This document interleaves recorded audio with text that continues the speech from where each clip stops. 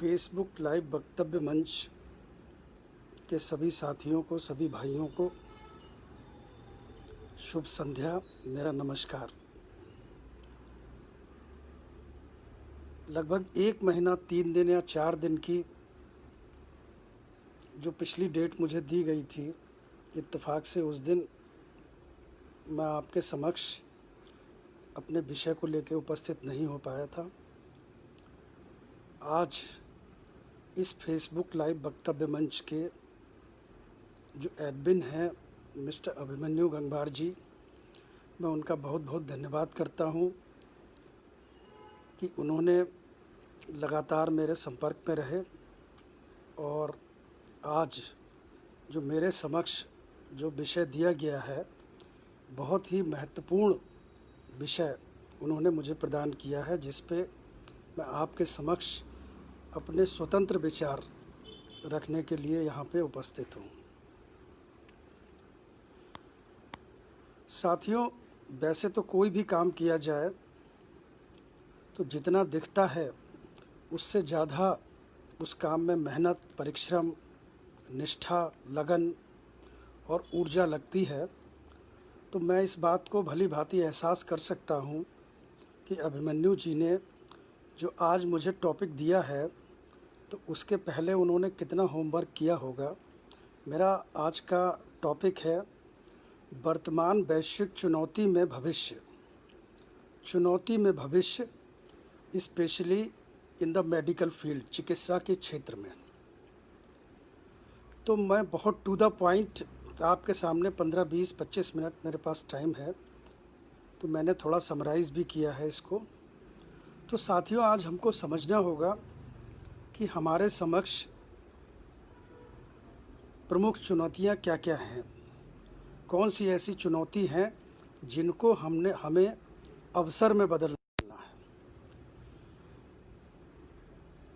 तो पहली चुनौती, इस समय सभी लोग हम लोग वाकिफ़ हैं, पिछले लगातार 3 महीने, 3.5 महीने से कोविड-19 वायरस निश्चित रूप से हमारे लिए अभी भी चुनौती बना हुआ है। लेकिन अगर हम नेगेटिव में पॉजिटिव साथियों अगर देखते हैं, तो कुछ ऐसे नेगेटिव पॉइंट्स हैं जो कोविड-19 वायरस के साथ जुड़े हुए हैं। जैसे इसकी संक्रामक क्षमता बहुत ज़्यादा है, infectivity rate is quite high. Second negative बात है कि ये निर्जीव जो नॉन लिविंग सरफेसेस होती हैं, निर्जीव सतह, उस पे इसका सर्वाइवल टाइम बहुत ज़्यादा है। जैसे हम लोग मेडिकल साइंस में है कि HIV का वायरस है।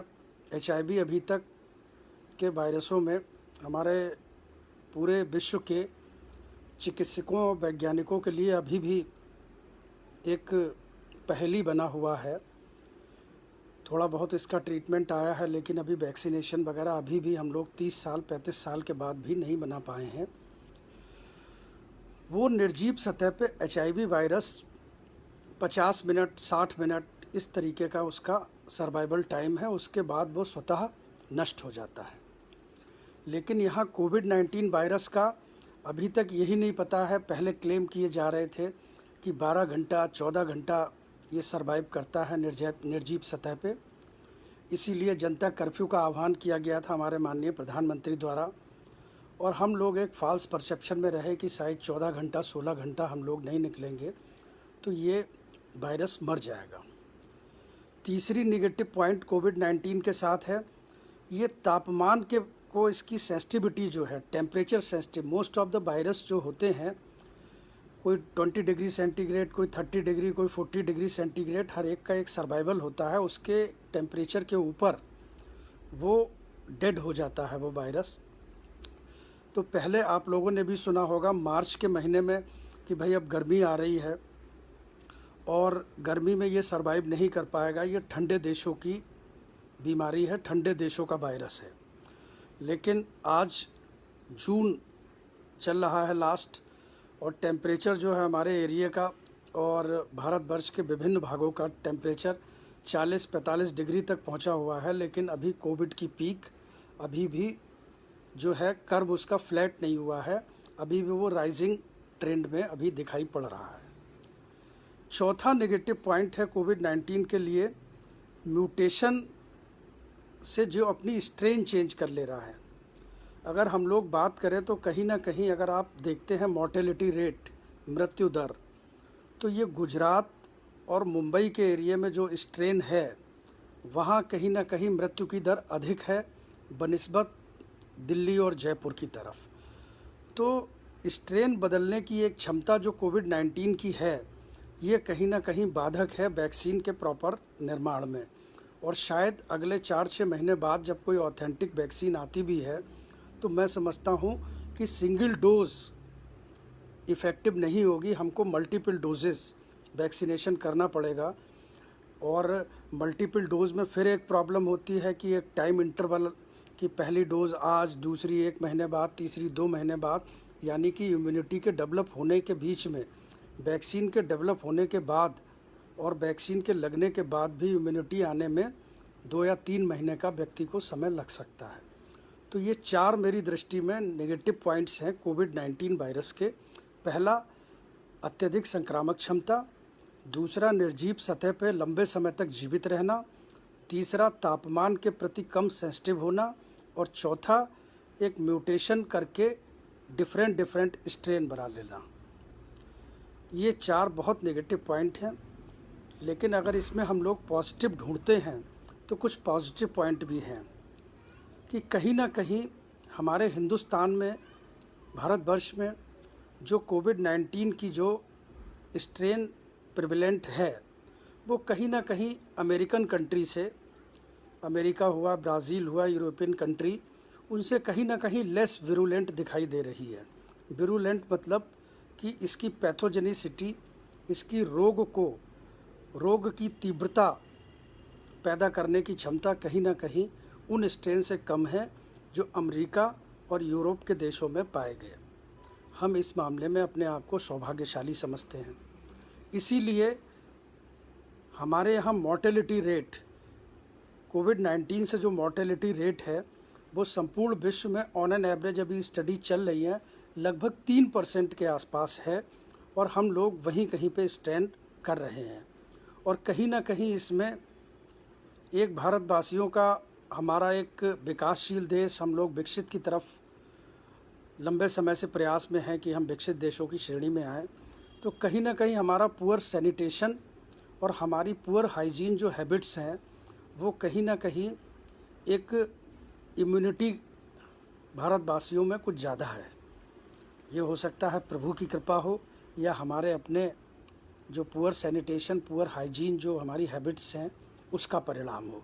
इसकी वजह से भारतवर्ष में कोविड-19 का मॉर्टेलिटी रेट, मृत्यु की दर, इंटरनेशनल मृत्यु की दर के आसपास या उससे कम ही दिखाई दे रही है। वैसे तो प्रत्येक में मृत्यु दुखद होती है, पीड़ादायक होती है। जिस व्यक्ति के परिवार का, घर का कोई सदस्य जाता है वही उस पीड़ा का एहसास कर सकता है, लेकिन एज ए देशवासी, एज ए भारतवासी, हम लोग इस मामले में सौभाग्यशाली हैं कि हमारे यहाँ मृत्यु दर अभी इसकी कम है। यहाँ का जो स्ट्रेन कोविड-19 का इंडिया में प्रिवेलेंट है वो कहीं ना कहीं लेस विरुलेंट है और हम लोगों की इम्यूनिटी कहीं ना कहीं पहले से बेहतर, और हो सकता है, संभव है कि भारतवर्ष का इस समय का जो मौसम है, तापमान है, उसका भी कहीं ना कहीं इसमें एक रोल हो सकता है। तो पहली वर्तमान वैश्विक चुनौती हमारे सामने है कोविड-19 वायरस। अगर हम भारतवर्ष की बात करें केवल, तो दूसरी बहुत बड़ी चुनौती इस समय हमारे सामने है, जो इस कोविड-19 वायरस के परिप्रेक्ष्य में लॉकडाउन, एक संपूर्ण देशव्यापी लॉकडाउन जो लगाया गया, उस लॉकडाउन से कुछ विषमताएं हमारे समाज में उत्पन्न हुई, चाहे वो आर्थिक हों, चाहे वो सामाजिक हों। वो विषमताएं भी कहीं ना कहीं आज हमारे लिए चुनौती के रूप में हमारे सामने खड़ी हैं और हमें इनसे भी निपटना है। जब लॉकडाउन की साथियों बात होती है तो मैं अक्सर लोगों के बीच ये चर्चा देखता हूँ कि हर बात को वो राजनीतिक रंग देके उसकी सफलता और असफलता का पैमाना तैयार कर देते हैं, स्ट्रेट फॉरवर्ड कि ये चीज़ सफल है या ये चीज़ असफल है। ऐसा हमें नहीं करना है, क्योंकि कोई भी कार्यक्रम या कोई भी योजना उसकी सफलता और असफलता इस बात में निहित होती है कि उस कार्यक्रम को करने के पीछे हमारा उद्देश्य क्या था। साथियों, अगर हम मेडिकल साइंस की बात करें तो इन्फेक्शियस डिजीज़ में, एक संक्रामक रोग में कोई भी कार्यक्रम या नीति को लागू करते समय एक उद्देश्य होता है, एक मोटिव होता है, एम होता है, ऑब्जेक्टिव होता है, गोल होता है। तो संक्रामक रोगों के नियंत्रण में 3 प्रकार के उद्देश्य होते हैं। फर्स्ट इज डिजीज़ इरेडिकेशन, यानी बीमारी का उन्मूलन। अगर सीधे शब्दों में हम लोग बात करें तो उन्मूलन, इरेडिकेशन का अर्थ होता है ना वातावरण में बीमारी को पैदा करने वाला कारक, अर्थात चाहे वो बैक्टीरिया हो, चाहे वो वायरस हो, चाहे कोई और पैथोजन हो, वातावरण से उस पैथोजन को समाप्त कर देना। तो जो कहावत है हम लोगों के भारत में, ना रहेगा बांस ना बजेगी बांसुरी, तो वो होता है डिजीज़ इरेडिकेशन। अभी तक पूरे विश्व में केवल 2 डिजीज़ को इरेडिकेट किया जा चुका है, किया जा सका है।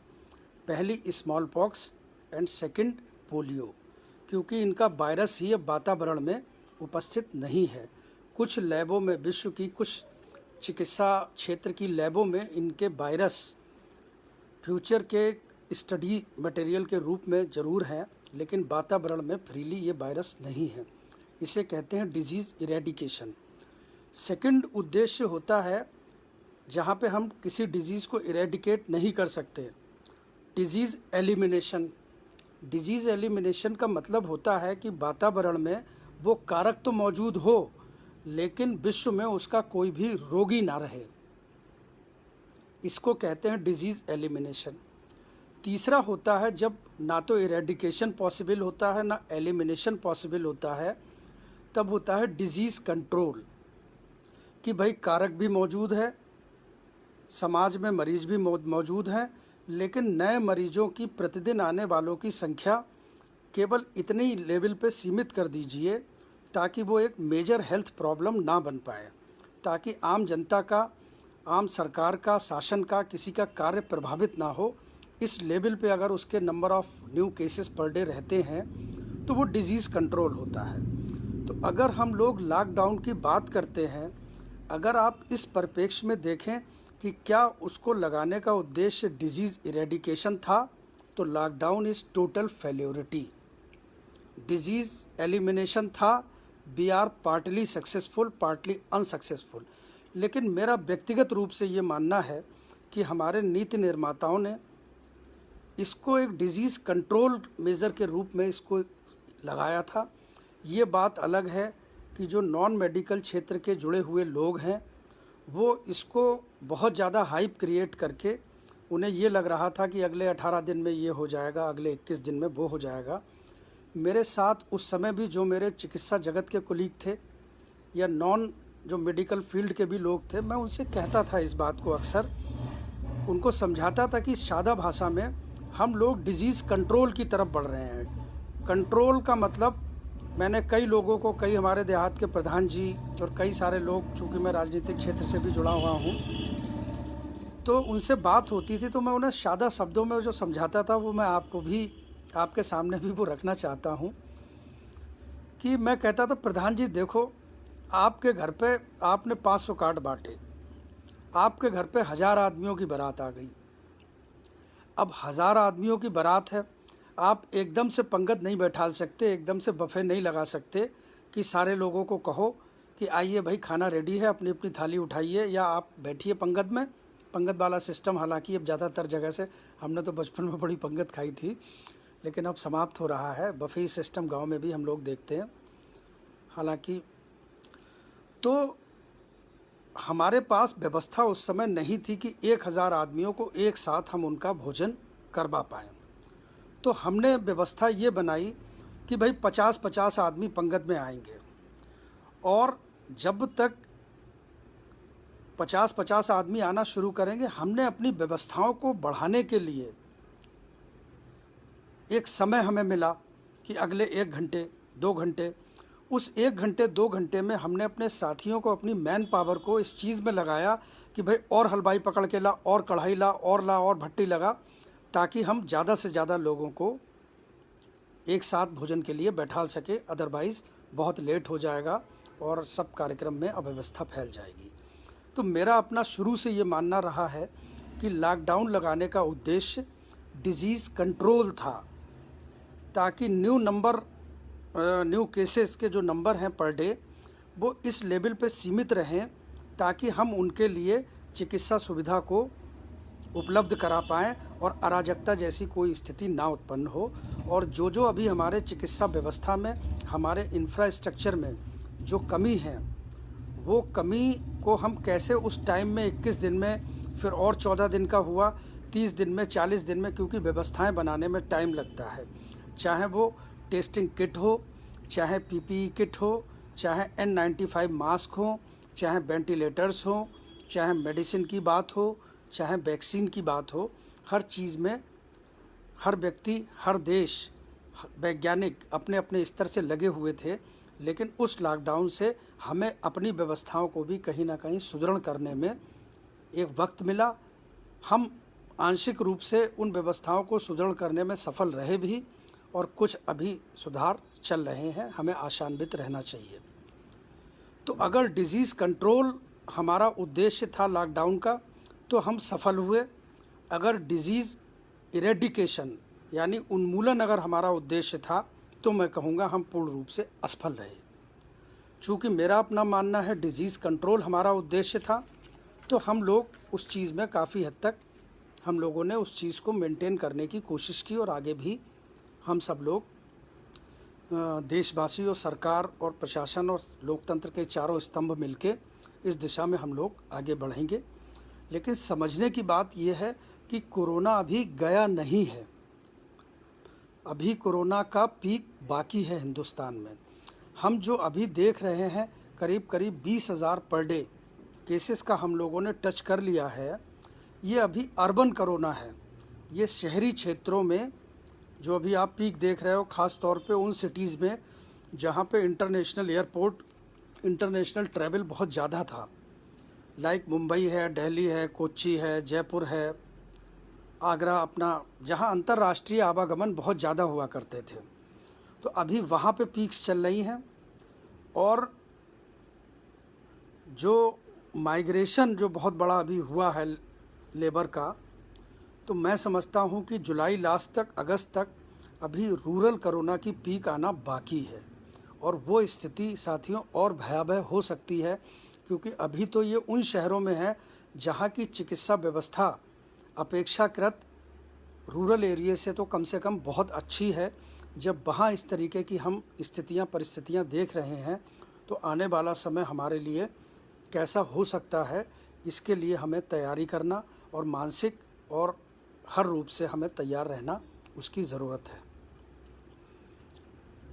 तो ये हमारी मेन जो हमारा आज का टॉपिक था कि वर्तमान वैश्विक चुनौती में भविष्य। तो मेन हमारी 2 चुनौतियां जिन पे मैंने इंगित किया, पहली कोविड-19 वायरस और दूसरा लॉकडाउन के फलस्वरूप उत्पन्न हुई विषमताएं। अब हम इन चुनौतियों से कैसे निपटें और इन चुनौतियों को अवसर में कैसे तब्दील करें, अगर हम कर पाए तभी कहीं ना कहीं ये हमारे लिए, हमारे समाज के लिए, परिवार के लिए और हमारे देश के लिए ये एक परीक्षा में सफल होने के बराबर होगा। हम लोग, भारतवर्ष एक कृषि प्रधान देश है और ये बड़ी अच्छी बात है। आज मैं सोचता हूँ कि वो देश, विश्व के वो देश जिनकी अर्थव्यवस्था पर्यटन या इस तरीके के और चीज़ों पे डिपेंड है, निश्चित रूप से उन्हें भविष्य में भी कितनी बड़ी आर्थिक क्षति उठानी पड़ेगी और वो कैसे फिर से खड़े हो पाएंगे। भारत इस मामले में बेहतर है अन्य देशों से, क्योंकि हमारी अर्थव्यवस्था कृषि पे आधारित है। 60-70% हम लोग कृषि पे आधारित हैं और मानसून की भी इस बार बड़ी अच्छी रिपोर्ट्स आ रही हैं मौसम वैज्ञानिकों की। तो हमें लगता है कि जो 20-30% का हम पे डेंट पड़ रहा है, उन चुनौतियों को, उन परेशानियों को अवसर में कैसे तब्दील किया जाए, इस पे मैं अपने अब सूक्ष्म विचार रखूँगा। तो पहली हमारे भविष्य के लिए चुनौती है कि साथियों, ये बात तो हम समझ लें कि हो सकता है कि आज गलवान वैली में या डोकलम में चीन से जो हमारा तनाव चल रहा है सीमा पे, एलएसी पे, वो बात अलग है। लेकिन मेरा अपना व्यक्तिगत विचार है कि संभवतः, यद्यपि हमें उस स्थिति के लिए तैयार रहना चाहिए, लेकिन मेरा अपना मानना है कि अब ये अभी युद्ध की स्थिति नहीं होनी चाहिए, क्योंकि भविष्य के जो भी युद्ध होंगे वो हथियारों से न लड़के जैविक युद्ध, बायोलॉजिकल वेपन से ही युद्ध होना, इसकी संभावना ज़्यादा है। हालांकि अभी चीन की सीमा पे, एलएसी पे तनाव चल रहा है और भारतीय सेना बहुत मुस्तैदी से उन चुनौतियों का सामना कर रही है। और इस परीक्षा की घड़ी में निश्चित रूप से प्रत्येक देशवासी उनके मनोबल बढ़ाने के लिए और उनके साथ कंधे से कंधा मिला के खड़ा है। लेकिन अगर वर्तमान वैश्विक चुनौती की बात करें तो आने वाले समय में युद्धों का स्वरूप जैविक हथियार होगा, ना कि परमाणु वाला। तो हमें इस कोविड-19 पैंडेमिक से जो चुनौती सामने आई है, हमें भविष्य के लिए अपने आप को तैयार करना होगा ऐसी परिस्थितियों के लिए, क्योंकि आज कोरोना है, बीच में एक वायरस सुना था हंटा आने वाला है। इस तरीके के वायरस आते रहेंगे, जाते रहेंगे। विभिन्न देश, प्रयोगशालाएं, चाहे वो युद्ध के रूप में हो, चाहे जैविक आपदाओं के रूप में हो, हम भारतवासियों को अपने आप को इसके लिए तैयार रखना पड़ेगा कि हम जैविक युद्ध से निपटने की कैसे तैयारी आगे को करें। और दूसरी चुनौती कि आर्थिक विकास देश का, जो लॉकडाउन की वजह से जो हमारा जीडीपी का कर्व फ्लैट हो गया, नेगेटिव हो गया, कोरोना का कर्व हमारा फ्लैट नहीं हो पाया लेकिन जीडीपी का कर्व फ्लैट हो गया, हम उस आर्थिक विकास को पुनः पटरी पे कैसे ला पाएँ। और आर्थिक विकास से भी बढ़ के मैं एक बात ये कहना चाहता हूँ कि आर्थिक विकास तो रुका, लेकिन आर्थिक विषमता जो है, आज मैं अपने आसपास में देखता हूँ, मोहल्ले में देखता हूँ, समाज में देखता हूँ कि इस लॉकडाउन में क्या हुआ, विषमताएं और बढ़ी। एक तरफ इसेंशियल कमोडिटीज़, आवश्यक सेवाओं वाले लोग थे, एक तरफ नॉन इसेंशियल सर्विसेज वाले, कमोडिटीज़ वाले लोग थे। तो कहीं ना कहीं डेंट जो है वो नॉन इसेंशियल कमोडिटीज़ पे ज़्यादा पड़ा। एक किराना दुकान वाला बेचारा जैसे तैसे उसने 3 घंटे 4 घंटे खोल के उसका मीटर थोड़ा बहुत घूमता रहा। मैं भी चूँकि चिकित्सा जगत से जुड़ा हूँ तो कुछ रेस्ट्रिक्शंस के बावजूद कि बीच में ओपीडी नहीं देखना है, इमरजेंसी देखना है, तो कहीं ना कहीं चीज़ें चलती रहीं। लेकिन बहुत सारी ऐसे क्षेत्र हैं जो मतलब जिनको इस लॉकडाउन की भारी मार पड़ी, जिसके फलस्वरूप न केवल आर्थिक विकास की दर कम हुई, वरन आर्थिक विषमता बहुत बढ़ी। लोगों का जो फाइनेंशियल जो गैप है वो कहीं ना कहीं और बढ़ा है। हमें उसको कम करने की बहुत ज़रूरत है, क्योंकि अगर आर्थिक विषमता नहीं कम होती है तो ये भविष्य में सामाजिक विषमता और तरीके की तमाम समस्याओं को जन्म दे सकती है। अब इन दो चुनौतियों से निपटने के लिए प्रथम जो जैविक युद्ध की मैं बात कर रहा था, जैविक युद्ध या जैविक आपदा जो भविष्य में आ सकती है, उसके लिए निश्चित तौर पे भारत की सरकार को, राज्यों की सरकारों को और हम सबको भी आवाज़ उठानी चाहिए कि ये वो समय है कि हेल्थ का बजट, जो हमारी जीडीपी का, जो हमारे बजट का 1.5-2-2.5% तक कहीं स्टैंड कर रहा है विकसित देशों में, जहाँ पे 10% वो अपने बजट का स्वास्थ्य पे खर्च करते हैं। तो ये समय है साथियों कि इस बजट को 2-2.5% से उठा के एक क्रमिक रूप से हमको 6-7-8% की तरफ ले जाना पड़ेगा। एकदम से नहीं, लेकिन 2 से 3, 3 से 4, 4 से 5, क्योंकि अगर हम ये नहीं बना के चलेंगे साथियों, अगर आप फर्ज करिए कि हमारे पास संक्रामक रोग के उतने वार्ड होते, हमारी लड़ने की व्यवस्था रोग से लड़ने की उतनी होती, तो शायद हमें इतना लंबा लॉकडाउन भारतवर्ष को लगाने की ज़रूरत ना पड़ती। और ये आर्थिक विषमता और जो समस्याएं, माइग्रेंट लेबर, तमाम टीवी पे हम लोगों ने देखे तरह तरह की परेशानियां, तो वो शायद हम लोगों को देखने को ना मिलती। तो मेरा अपना सजेशन है कि आने वाले समय में देश का स्वास्थ्य बजट 2-2.5% से क्रमिक रूप से बढ़ा के हमको 7-8% की तरफ ले जाना पड़ेगा। उस बजट का इस्तेमाल हमें प्रत्येक ब्लॉक में, देश के प्रत्येक ज़िले के प्रत्येक ब्लॉक में एक जो कम्युनिटी हेल्थ सेंटर होता है, CHC होती है। अभी मैं पब्लिक सेक्टर के हेल्थ सर्विसेज की बात कर रहा हूँ, बाद में प्राइवेट सेक्टर की भी बात करूँगा। तो पब्लिक सेक्टर के जो CHC हैं, प्राथमिक स्वास्थ्य केंद्र हैं, तो हमें ब्लॉक लेवल पे कम से कम 100 बिस्तर संक्रामक रोगों के लिए रखने की व्यवस्था करनी पड़ेगी।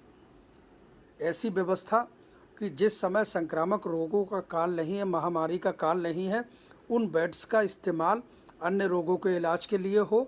लेकिन कहीं से कोई सूचना WHO के द्वारा आती है कि कोई वायरस नया डिटेक्ट हुआ है और बहुत तेज़ी से विश्व में फैल रहा है, तो हम तत्काल से शॉर्ट नोटिस पे हफ्ते 10 दिन 15 दिन के अंदर अंदर उसको संक्रामक रोग वार्ड में तब्दील कर दें, ताकि हर ब्लॉक में कम से कम 100 बिस्तरों की उपलब्धता हमारी रहे। बहुत कम एनर्जी खर्च करके हम उस 100 बिस्तर। ऐसे ही जिला स्तर पे जो जिला अस्पताल है, या अब बहुत सारे जिलों में मेडिकल कॉलेज में अपग्रेड किया जा रहा है, पीलीभीत भी एक उसी लिस्ट में है। तो उन मेडिकल कॉलेजेस में या जिला अस्पताल में भी कम से कम 200 ऐसे बेडेड लेवल 2 के, जिसमें ऑक्सीजन और तमाम सुविधाएं संक्रामक रोगों से निपटने की है, वो भी रिजर्व होने चाहिए। या ऐसी व्यवस्था होनी चाहिए कि आपातकालीन स्थिति में शॉर्ट नोटिस पे हम लोग जिला स्तर पे कम से कम 200 बिस्तरों की व्यवस्था संक्रामक रोगों से निपटने के लिए हमें रखनी पड़ेगी, पहले से तैयारी करके। और मंडल स्तर पे बिल्कुल डेडिकेटेड संक्रामक रोग हॉस्पिटल 500 बेडेड हमें रखना पड़ेगा।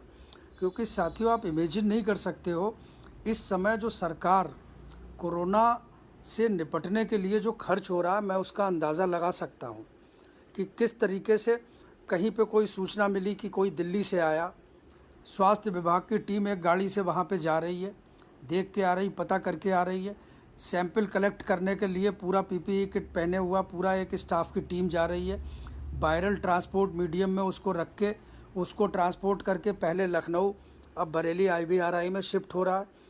4-4.5 हज़ार रुपये का वो टेस्ट है। किस रेट पे सरकार को इंपोर्ट इमरजेंसी में करना पड़ रहा होगा। तो एक एक टेस्ट कराने में और उनका ट्रीटमेंट करने में कितनी बड़ी रकम खर्च हो रही होगी देश की, इसका अंदाज़ा शायद एक नॉन मेडिकल पर्सन नहीं लगा सकता है। लेकिन यही व्यवस्था अगर हमारे ब्लॉक स्तर के 100 बेड हॉस्पिटल और जिला स्तर पे हमारा हॉस्पिटल, जिसमें पहले से ही इसको टेस्ट करने की सुविधा अगर होती, तो शायद हम बहुत बड़ा पैसा बचा सकते थे। शायद हमको बहुत बड़ा देशव्यापी लॉकडाउन लगाने की ज़रूरत नहीं पड़ती। उसी तरीके से मंडल स्तर पे अगर हमारा एक फुल्ली डेडिकेटेड अगर हॉस्पिटल है इन्फेक्शस डिजीज़ का, जहाँ पे कुछ वेंटिलेटर 10, 20, 50 और तमाम एक्सपर्ट, अगर वो हमारी व्यवस्था होती है, तो हम कहीं ना कहीं इस तरीके की जैविक आपदाओं या युद्ध, उनसे निपटने के लिए अपने आप को तैयार कर पाएंगे। लेकिन साथियों, चूँकि भारतवर्ष में हेल्थ सेक्टर जो है, जो हेल्थ सर्विसेज हैं, वो केवल 15, 20, 25% तक पब्लिक सेक्टर सरकारी सेवाओं के द्वारा उपलब्ध हो रही हैं। 70, 75, 80% उसका सेवाओं का वो प्राइवेट सेक्टर से जाता है। तो केवल 15, 20, 25% सुविधाओं में सुधार कर देने से हम लोग पूर्ण रूप से कहीं तैयार नहीं हो सकते हैं ऐसी जैविक आपदाओं से निपटने के लिए। तो मेरा अपना सजेशन, मेरे अपने विचार हैं कि हमको प्राइवेट हॉस्पिटल्स को भी इसमें एक सेंट्रलाइज सिस्टम के थ्रू हमको उनको भी इन्वॉल्व करना पड़ेगा, अगर हम जंग को शुरुआती अवस्था में ही जीतने की सोच रखना चाहते हैं तो। क्योंकि हम 80%, 75% प्राइवेट सेक्टर वाले हॉस्पिटल्स को नेगलेक्ट नहीं कर सकते। अब रही बात इसकी कि वो कैसे, बहुत चर्चा होती रहती है फेसबुक पे, हम लोग देखते हैं कि ये करना चाहिए, वो करना चाहिए, ये नहीं कर रहे हैं, वो नहीं कर रहे हैं। लेकिन पर उपदेश कुशल बहुतेरे, उपदेश देना बहुत आसान होता है, चीज़ों को यथार्थ में उतारना उतना ही मुश्किल होता है साथियों। गौतम बुद्ध जी की मुझे जीवन से जुड़ा हुआ एक प्रसंग याद आता है कि छोटे पे मैंने कहानी पढ़ी थी कि एक बार महात्मा बुद्ध के शिष्य कहीं जा रहे थे, तो वो एक आदमी बैठा हुआ तो उसे शिक्षा दे रहे थे कि भाई सत्य के रास्ते पे चलो, अहिंसा का पालन करो, जानवरों पे दया करो, चोरी नहीं करना चाहिए। वो उसको नहीं सुन रहा था, तो वो समझाया जा रहा है, समझाया जा रहा है, समझा जा रहा है। तो महात्मा बुद्ध उधर से निकले तो उन्होंने कहा कि पता नहीं कैसा व्यक्ति है, हम पिछले 1 घंटे 2 घंटे से इसको समझा रहे हैं कि भाई सच्चाई के रास्ते पे चलो, अहिंसा का पालन करो और चोरी मत करो। इस तरीके से जो उनके बौद्ध धर्म के उनके जो मेन उनके जो उद्देश्य और गुण थे, तो महात्मा बुद्ध ने उनसे कहा था कि आप इसे लेके आइए पहले मेरे पास और इसको भोजन कराइए, क्योंकि वो व्यक्ति भूखा था। कहते हैं भूखे भजन ना होए गोपाला। तो जब उसको भोजन कराया, जब सब कुछ उसका पेट भर गया, तो वो खुद पूछा उसने कि हाँ भाई साहब, अब बताइए क्या कह रहे थे आप, किस रास्ते पे चलना है। तो मेरा कहने का, इस स्टोरी बताने का ये तात्पर्य यहाँ पे ये है कि प्राइवेट सेक्टर के हॉस्पिटल को भी गवर्नमेंट को सेंट्रलाइज सिस्टम के थ्रू जोड़ना है। उनको कुछ आपको पहले देना है, फिर उनसे लेने की उम्मीद करनी है। देना क्या है? लैंड आप सब्सिडी पे दिलवाइए, बिजली बत्ती इक्विपमेंट कहीं सरकार को चाहे उस पर केवल जीएसटी हटा ले या कुछ सब्सिडी दे दे या कोई ऐसी चीज़ करे, और उसके बाद फिर ये मैंडेटरी होना चाहिए। मैंडेटरी जब सेंट्रल सिस्टम से जुड़ा हुआ है कि भाई फलाना हॉस्पिटल है, उसके बनते समय हमने उसकी जो लैंड की जो स्टाम्प ड्यूटी थी उसमें उसे 50% की छूट दी। उसको बिजली का बिल जो है वो न कॉमर्शियल ना चल के डोमेस्टिक वाला या सब्सिडाइज रेट पे ये चल रहा है, और ये बेड हॉस्पिटल 50 बेडेड हॉस्पिटल में पंजीकृत है। तो at the time of pandemic, जब कभी ऐसी महामारी फैलती है, तो गवर्नमेंट को ये अधिकार होना चाहिए कि भाई हमने तुम्हें स्थापित करने में ये सुविधा दी है, अब तुम्हारे 25 बिस्तर आपको अपने केवल रनिंग कॉस्ट पे आपको चलाने होंगे। क्योंकि जब तक प्राइवेट सेक्टर का 80% हिस्सा अगर इसमें शामिल नहीं करते हो, तब तक हम भविष्य की चुनौती से, जैविक आपदा या जैविक युद्ध की चुनौती से निपटने में हम लोग सक्षम नहीं हो पाएंगे साथियों। ये मेरा सुझाव। हालांकि इस पर मैं बहुत लंबा बोलना चाहता हूँ, लेकिन मेरा ऑपरेशन भी कुछ लगे हैं, आधा घंटा हो चुका है। दूसरा चुनौती जो हमें निपटना है साथियों, वो भी हालांकि वो मेडिकल फील्ड की नहीं है, आर्थिक चुनौतियों से भी हमें निपटना है।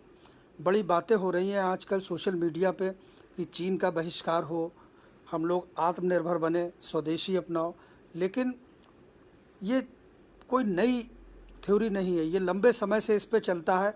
हर बार दीपावली आती है, हर बार होली आती है, तो ये पिचकारियाँ वहाँ से नहीं खरीदनी है, बसंत पंचमी पुण्य माझा नहीं खरीदना है, दीपावली पे झालर नहीं खरीदनी, दिए नहीं खरीदने हैं।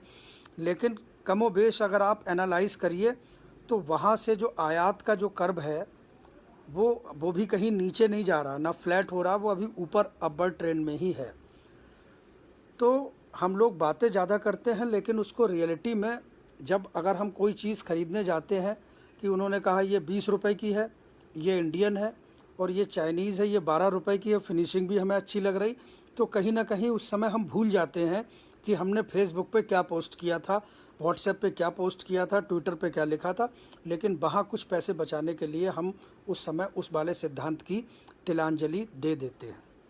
मेरा अपना मानना है कि जो लोग बहुत सोशल मीडिया पे कहते हैं कि सरकार क्यों नहीं आयात बंद कर देती, साथियों इतना आसान नहीं है। अंतर्राष्ट्रीय व्यापार संधियाँ होती हैं, तमाम मेमोरेंडम होते हैं, तमाम म्यूचुअल एग्रीमेंट्स होते हैं। आयात नहीं बंद किया जा सकता है। अगर चीन पे डिपेंडेंसी कम करनी है, वो सरकार नहीं कर सकती है, वो हमें देशवासियों को करनी पड़ेगी, हमें खुद को करनी पड़ेगी। वो करने का तरीका कि जब तक हम अपनी डिमांड नहीं कम करेंगे, अपनी डिमांड को कम नहीं, एक डिमांड को एक नियंत्रित नहीं करेंगे कि क्या हमें वास्तव में इस चीज़ की आवश्यकता है, क्वालिटेटिव रूप से, गुणात्मक दृष्टि से क्या हमें इस वस्तु की आवश्यकता है, और संख्यात्मक रूप से अगर हमें आवश्यकता है तो कितनी आवश्यकता है। इन दो चीज़ों पर मनन करके भारत का बाज़ार हम लोग कहते हैं कि प्राइस सेंसिटिव है, हम लोग मूल्य पे कहीं ना कहीं गिर जाते हैं। अगर कहीं प्राइस अगर स्लैश होते हैं किसी चीज़ के, तो हम बिना आवश्यकता के उसको भंडारण करने की हमारी एक पुरानी आदत है। अभी पता लग जाए, अभी हमने पिछले 3-4 महीने पहले देखा कि यूरो 6 के या यूरो 5 का जो प्रदूषण के जो मानक है, उन्होंने कहा भाई यूरो 6 के मानक की केवल नई व्हीकल आएंगे। 2,000-3,000 रुपये मोटरसाइकिल पे यूरो 5 वाले पे कम हुए एक डेट की, अगले 7 दिन तक पता लगा जिसे नहीं ज़रूरत थी वो भी एक मोटरसाइकिल ले आया। तो भारत का मार्केट एक प्राइस सेंसिटिव मार्केट है। हमें इस कॉन्सेप्ट को तोड़ना है। हमको डिमांड से सप्लाई की तरफ जाना है, सप्लाई से डिमांड की तरफ नहीं आना है। भाई तुम्हें, आप कोई चीज़ बेच रहे हैं, ठीक, हमारे आवश्यकता की नहीं है तो हमें नहीं लेना है उसका, ठीक। और अगर लेना है तो कितनी क्वांटिटी में लेना है, हमें उसका भी मनन करना है। दूसरी चीज़, तीसरी चीज़, क्या जो हमें वस्तु लेनी है वो भारतवर्ष की भी उपलब्ध है, मेड इन इंडिया, और चाइना की भी है, उसकी क्वालिटी में और उसके प्राइस में क्या 10% 15% का ही वेरिएशन है कि भाई 200 रुपये की इंडियन चीज़ है और 180 रुपये की 170 रुपये की चाइनीज़ चीज़ है, क्वालिटी कमोबेश एक लग रही है। तो हमें इतनी त्याग तो करना पड़ेगा कि हमें देश की तरफ जाना पड़ेगा। जहाँ पे ज़्यादा डिफरेंस है तो वहाँ हमें उन सेक्टरों में, क्योंकि आर्थिक चुनौती से निपटने के लिए उपभोक्ता और निर्माता दोनों को अपने अपने अंदर बदलाव करने पड़ेंगे। उपभोक्ता को अपनी मांग को नियंत्रित करना होगा और निर्माता को अपने प्रॉफिट को, अपनी चीज़ को राष्ट्र हित में नियंत्रित करना होगा कि हम अच्छी से अच्छी क्वालिटी दें और कम से कम मार्जिन पे, ताकि इंटरनेशनली हम उस प्राइस को compete कर पाएँ। तो उस आधार पे जब निर्माता अगर रहेगा तभी कहीं ना कहीं देश के देशवासियों के सामने ये विकल्प रखा जा सकता है कि स्वदेशी अपनाओ। और मैं समझता हूँ कि अगर हम लोग अपनी मांग को नियंत्रित करके और वो सेक्टर जहाँ पे अभी हमारी जो गुणात्मक रूप से हम उनसे अभी कमज़ोर हैं विदेशों से, तो अगर हम उसमें इम्प्रूवमेंट करने के लिए, अगर हम स्किल इंडिया हो चाहे और बहुत सारे प्रोग्राम चल रहे हैं, उनसे अगर अपनी उनकी गुणात्मकता अगर हम बढ़ा सकते हैं तो आने वाले समय में क्रमिक रूप से, ऐसा नहीं कहता है कोई कि आज 100% अगर चीन से 100 रुपये का व्यापार हो रहा है तो कल से ही जीरो हो जाए। 100 से 90 और 90, 80, 70 की तरफ अगर आता है तो कहीं ना कहीं हम उसको मानसिक दबाव डालने के लिए, हम मानसिक दबाव डालने की स्थिति में भी आएंगे और दूसरा स्वयं भी आत्मनिर्भर बनेंगे। और निश्चित तौर पे ये कोविड और लॉकडाउन उसके फलस्वरूप जो लगा, उससे जो परिस्थितियां, जो चुनौतियां हमारे सामने आई, निश्चित तौर पे हम लोग उससे सामूहिक रूप से, सभी सामूहिक प्रयास से, सामूहिक त्याग से और सामूहिक सूझबूझ से हम लोग इससे निपटने में निश्चित रूप से हम सफल होंगे, ऐसी मेरी आशा है, यही मेरी शुभकामना है। साथियों, बहुत बहुत धन्यवाद। मैं समझता हूँ नीचे जो है बहुत सारे मैसेज आ रहे हैं और मैं सबको जवाब नहीं दे सकता क्योंकि मेरे अब ऑपरेशन भी लगे हैं। 30 मिनट का टारगेट था, 40 मिनट। लेकिन साथियों, इसी आशा के साथ कि आपको मेरे इन विचारों में कोई सुधार या कोई चीज़ ठीक ना लगी हो या कोई चीज़ सिद्धांतों के खिलाफ़ लगी हो, तो चाहे तो इसी ग्रुप पे आप मैसेज के रूप में आप डालें। मैं खाली समय में निश्चित रूप से उनको पढ़ूंगा, समझूंगा और अगर कोई कन्फ्यूजन है तो उसको क्लियर करूंगा।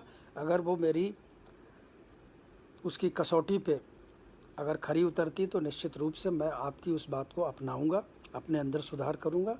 इसी उम्मीद के साथ आपका दिन शुभ रहे, देश जल्दी से जल्दी इस त्रासदी से बाहर आए, इस शुभकामना के साथ फेसबुक लाइव वक्तव्य मंच से जुड़े हुए सभी साथियों का एक बार बहुत बहुत धन्यवाद और अभिमन्यु को ख़ास तौर पे बहुत बहुत बधाई। और इसी तरीके से आपका ग्रुप इस तरीके से सृजनात्मक कार्य करता रहे, सकारात्मक रूप से काम करता रहे, ऐसी मेरी शुभकामनाएं हैं। अभिमन्यु, नमस्कार, धन्यवाद।